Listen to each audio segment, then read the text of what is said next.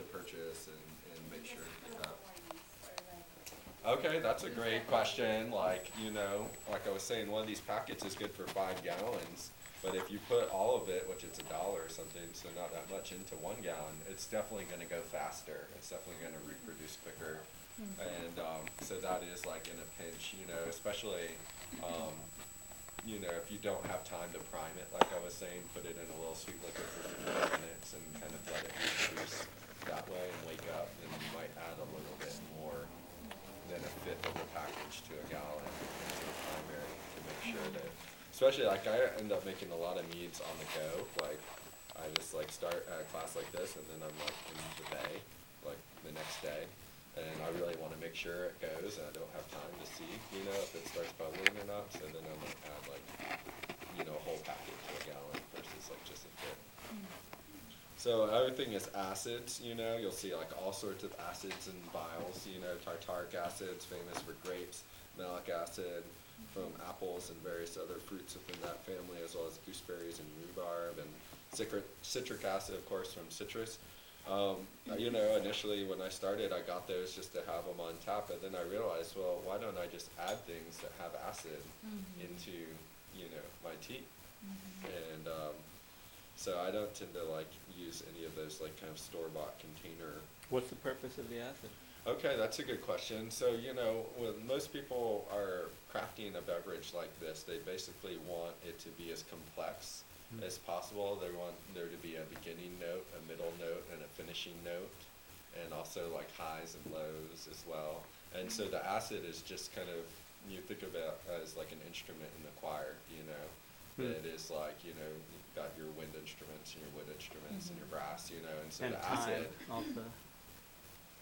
As What? an element, time as an element in the flavor. Oh, for sure, yeah. And so the acids, are something that a lot of people really appreciate, though, in a flavor profile of something that they're drinking. And that tartness, is a way to get at that. And then another thing, which is actually a type of acid, but has its own category here, tannins. And so, most famous in aging wine in oak casks or aging whiskey in oak casks, what they're doing is getting the tannins out of that oak. But tannins are probably one of the most ubiquitous plant compounds in the world. So they're in grape leaves, actually. You can use oak chips and various other things. Geraniums, for instance, have tannins. Raspberry leaves have tannins. That's like the medicinal aspect, of raspberry leaves, for instance, for like pregnancy teas and that sort of thing, is the astringency. So that's once again another note in your choir, is this astringency that comes from tannins. It's different than the tartness that comes from other acids. Another thing you've got are clearing agents. If you absolutely want it to be crystal clear, then once it's done, you can add stuff to it that will like really make everything settle to the bottom. So you could add bentonite clay, for instance. I've heard of eggshells being used, and then there's enzymes as well. And in particular, this is kind of important. If you heat up fruit too high, then you're going to engage the pectin that's in there, and pectin is basically what makes jelly and jam, right? So that's going to affect for sure the clarity and potentially even the mouthfeel of your product. And so there's an enzyme, pectin enzyme, that will break down that pectin. But what I tend to do is just not, I think it's right around that point of sterilization, so 150, 160 is the cutoff before you're going to engage the pectin.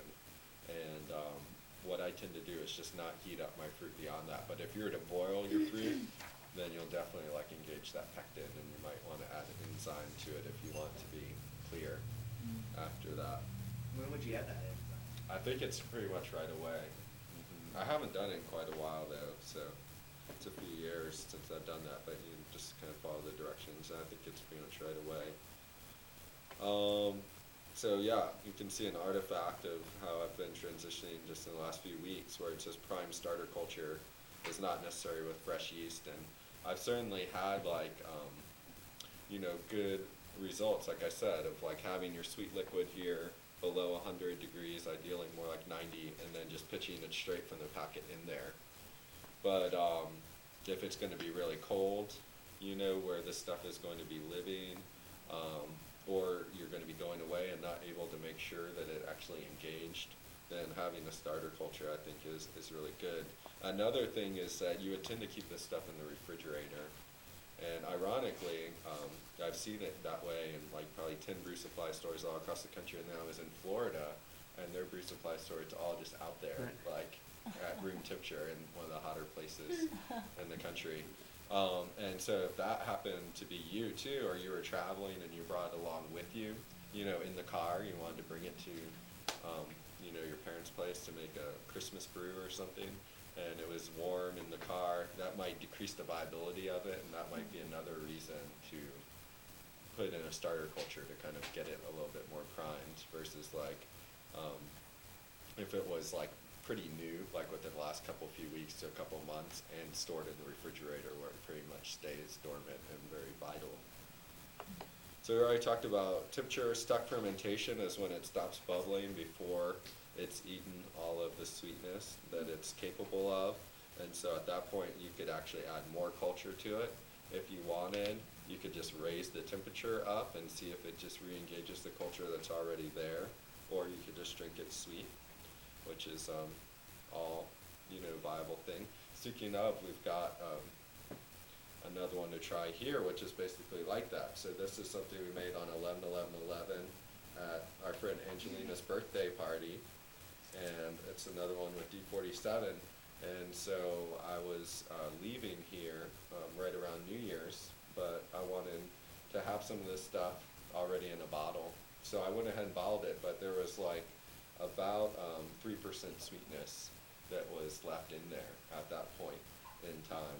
And since then, we've bottled more of it, and now there's 1% sweetness.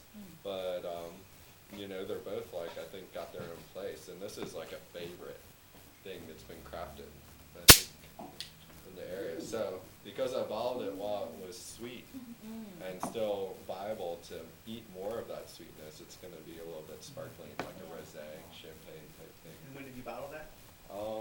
I think we bottled it right before 12/22, 1111, and